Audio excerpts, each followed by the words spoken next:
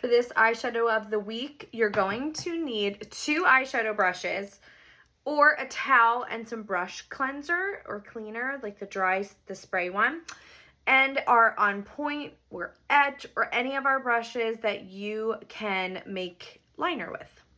Okay, let's take a look at this look. You can see it's very angular, super dark on the end, bright in the front, just really like almost editorial. So let's get started. Take your On Point brush and dry, no setting spray, and you're going to just pull up a little bit of shadow. And then I want you to go sort of to the middle of the lid. You're going to drag this out. And you are going to bring this to a like cat eye. If you need to go to the corner where your lashes meet at the top and bottom and sort of just pull this out, perfect. And then go ahead and finish the line, and it could be super smudgy, to the front. All right, now you're gonna take the smaller end of the eyeshadow brush and just do like 2 taps or 3 into Lyra. Okay, so then what we're gonna do is we're gonna basically fill in from here out, just on the outer eye, like the eyelid. We're just gonna tap and just keep these motions really small. And then you can start to bring them out to that actual line. See how I'm dragging it back down. Then I can start to sort of connect it.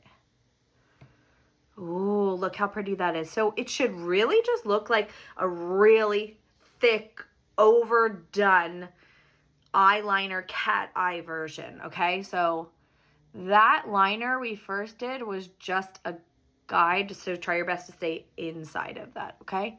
Keep pouncing, and you can always grab more product whenever needed. Okay, so once you're happy with how much like shadow you have on the actual eyelid, this is where you're gonna go to that sort of corner, and I want you to like flick it in.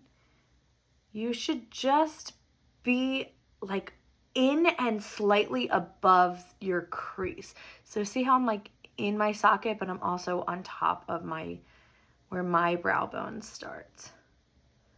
Cool, so this is how we're going to incorporate this into the crease. And this is also where, just to keep it like a little softer, you can keep this as harsh and pointy as you want. Like you can go in and take a brush and kind of like carve out, certainly if that's what you're interested in. But now we need to make this the crease. Okay, but stop using this because it'll get too harsh. Now you can flip, grab a little bit, tiniest amount on your fluffy end of your brush. And now, see, like you need the smallest amount.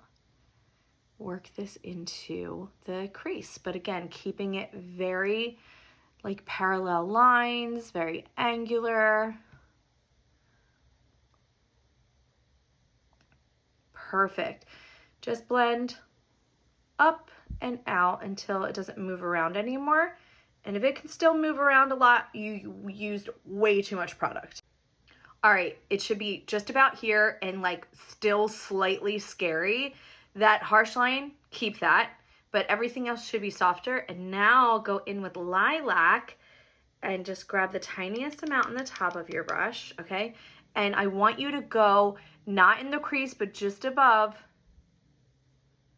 And now you can do your windshield wiper motions. What that is going to do is bring the edges of the 2 shadows together so it has this seamless blend. And then I need a little bit more already. Perfect. So it's just a lighter color. And if you want, you can bring it like right into here where you might contour or bring your contour from your nose up. So pretty. Now I do want to show you something. If you wanted to, because I was like, you can take a little foundation. See, and you can cut. Or if you need to clean up, perfect, then just pat. I have not set my face yet, But look how smooth and pretty that is. Next up, we're gonna do Starlet and switch to your clean brush. So this is Starlet Illuminator. I wish this was an eyeshadow, although it pretty much is. So I do notice, like, from blinking a few times, I have a little crease. So before I set that with my eyeshadow, I just want to blend that out. Now I can go in and look at this. Tap, tap, tap.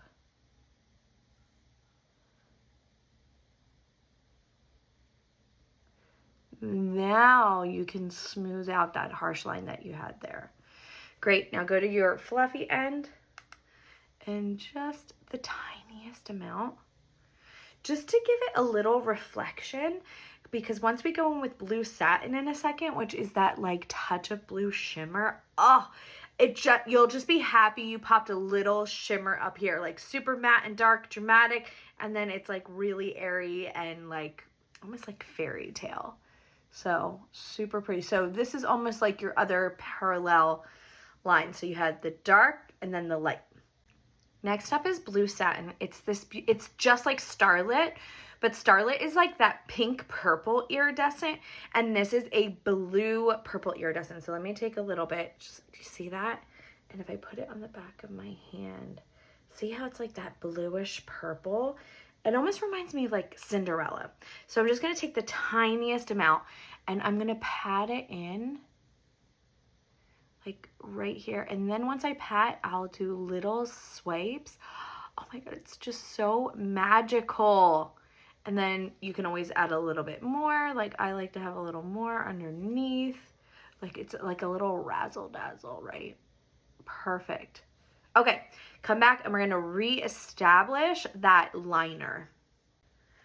Just super quick. Sometimes you have to go back in with a color that you already had before, because sometimes some layering has to happen.